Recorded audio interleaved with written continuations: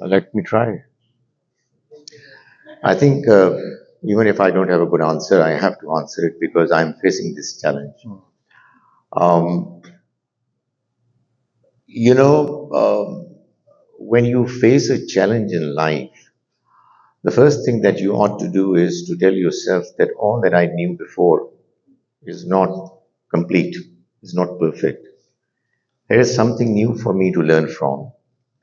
Um, and then open your mind as much as you can and learn from others and try not to be biased and emotional. It's difficult. I myself find it very difficult. But I know that at times you respond to what the other person is saying in a way which is not polite and you're not calm, but then you later realize that what you did was wrong. So always be prepared to accept your mistake and say sorry to the other person and keep the conversation on. As I said earlier, this world is a place for us to learn from all the time. You cannot learn everything uh, at any point in time in your life. So while, as Muslims, we learn from the Quran, and it's never that our learning is complete. Likewise, the world outside is also a source to learn from. And these challenges, as a believer, I would say to myself and to everybody else, that these challenges in life, many of which were referred to in the presentations that we heard, are actually the design of the Almighty. This is what our faith is. Whatever we are experiencing and going through, and whatever difficulties and challenges that we face, they're not from Shaitan, they're not from Satan, they're from God. When you start telling yourself about that big reality, I think you're more comfortable, more open, forthcoming in understanding, receiving them, and solving them.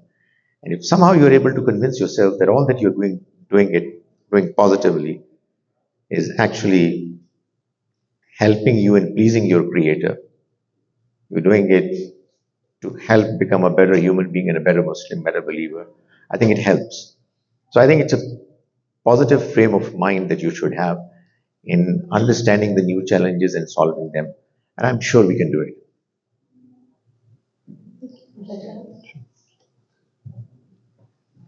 Thank you for that question. Another crucial one, and like Dr. Zaheer, I too am struggling with the same issue because, as I mentioned, I have a 25-year-old, 24, 25-year-old son and another one 21. And it's a little bit harder, I think, for us here. There's intergenerational differences, even in Pakistan, in Global South, in those countries. But I think that what's harder is because there is so much change happening so quickly. And then we're confronted with different cultures, the culture of home or back home, and the culture my children are learning at school or with their friends. And trying to navigate that. When my children were in public school, over dinner time, I would try to counteract some of the influences that they were picking up.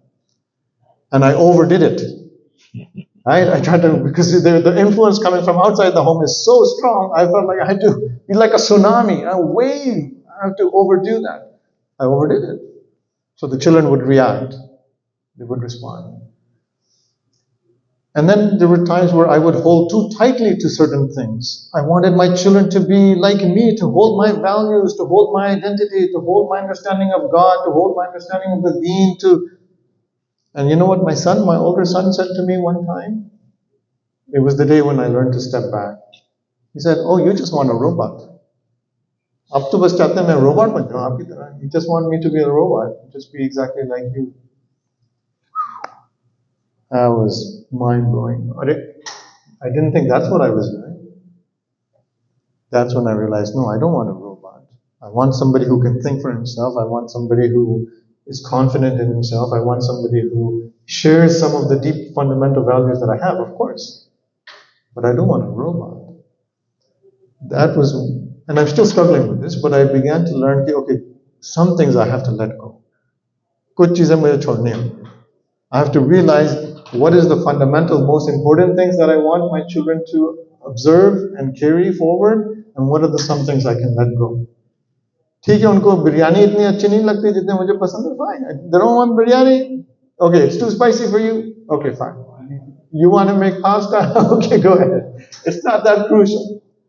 I'm giving that as an example of okay, what is crucial and what is less crucial. I heard a saying that was attributed to Hazrat Ali. Raise your children slightly differently than you were raised. Wow. Because they are living in a time that is slightly different than the time you are lived in. So if we can learn to raise our children and allow them to be slightly different than we were, because they need to live in their own time. Often we are trapped in the past. I'm trapped in the past. I want to live in the past. And I want my children to live in the past. But that's not realistic. We have to let them live in their own time. So I have to let go.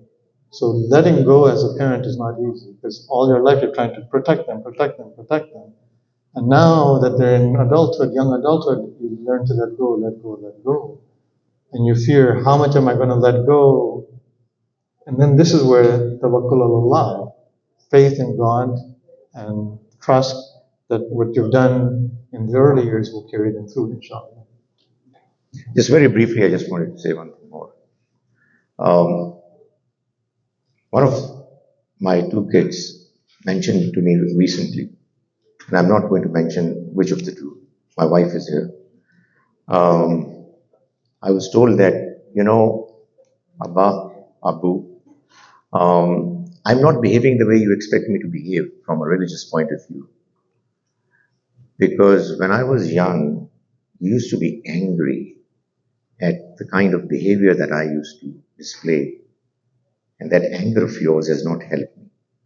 And my goodness, I just regret it and feel that if I was to get another chance, I would never ever be angry with my kids. Thank you very much. SubhanAllah.